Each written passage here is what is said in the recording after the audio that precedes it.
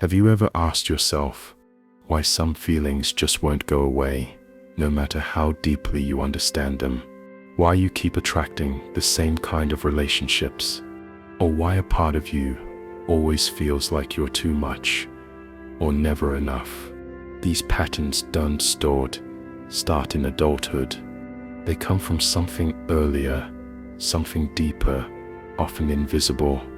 Carl Jung believed that what we don't make conscious from childhood will continue to shape our lives until we do.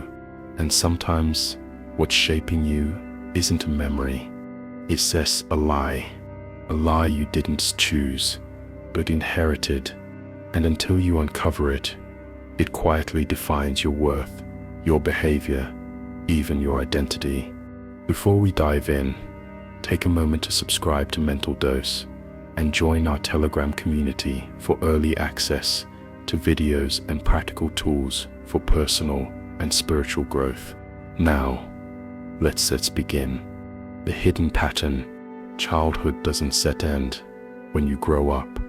It lives on as a psychological structure, a blueprint for how you relate to yourself, to others, and to the world.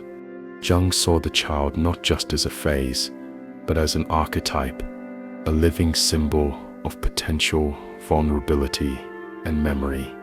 And for many of us, that inner child is still in survival mode. From the beginning, we adapt to the emotional climate we were born into. If love was conditional, we learned to earn it. If emotions were unsafe, we learned to hide them. Our nervous system didn't wait for logic. It responded to tone, to tension, to touch, or the lack of it. That response became a pattern, a way of being that feels like personality, but is actually a self-protective strategy. What makes these patterns so hard to see later in life is that they don't feel learned. They feel like who we are. Neuroscience now confirms what Jung sensed long ago. The brain and nervous system shape themselves around early relational experiences. So, a child who learned to stay quiet to avoid conflict doesn't just choose silence, they become it. This is why real personal growth often feels like grief, because you're not just breaking habits, you're untangling your identity from survival. And while those patterns once kept us safe, they came at a cost: our authenticity. Jung called this split the beginning of the shadow. Everything we repress in order to be accepted. And it's in that shadow where the lie begins to grow. So, let's go deeper. The only two voices.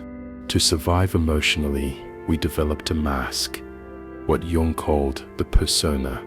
It's the version of us that could be praised, accepted, or at least left alone. But every time we put on that mask, we pushed something else into the dark.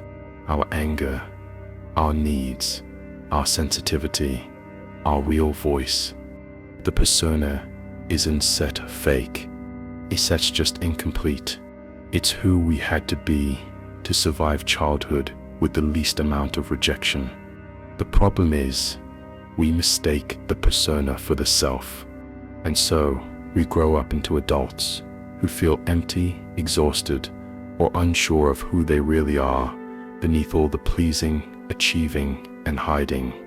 What's most tragic is that these patterns don't feel like defenses. They feel like personality. The child who suppresses anger becomes easygoing. The one who hides their sadness becomes strong. And the world applauds the performance. But beneath that applause, there rests tension. Because it wasn't built on choice, it was built on fear.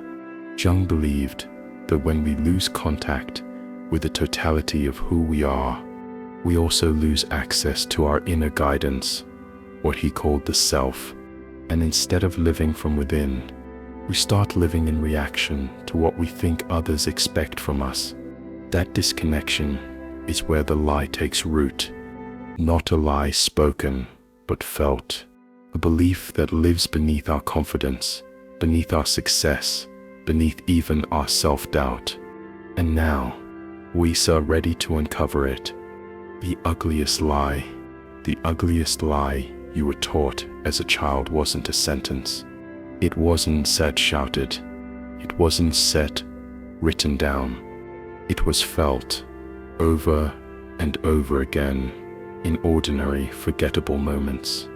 And the lie was this: you, as you are not enough to be loved.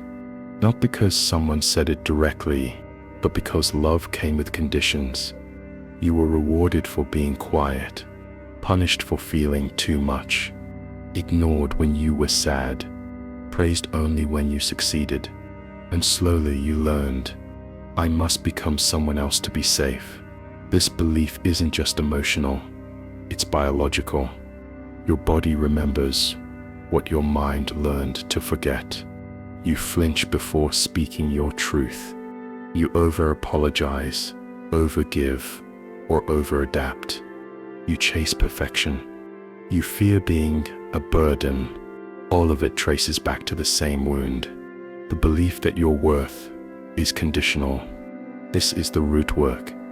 Not just remembering what happened, but reclaiming the parts of yourself you had to abandon in order to survive. If this video is helping you see more clearly, share it with someone who needs it. And if you'd like to support this work, you can click the thanks button below.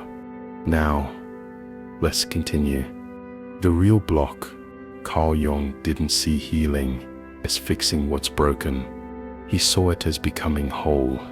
To him, healing wasn't instead about self-improvement. It was about self-recovery. He often said that modern people don't suffer from a lack of technique, but from a lack of meaning.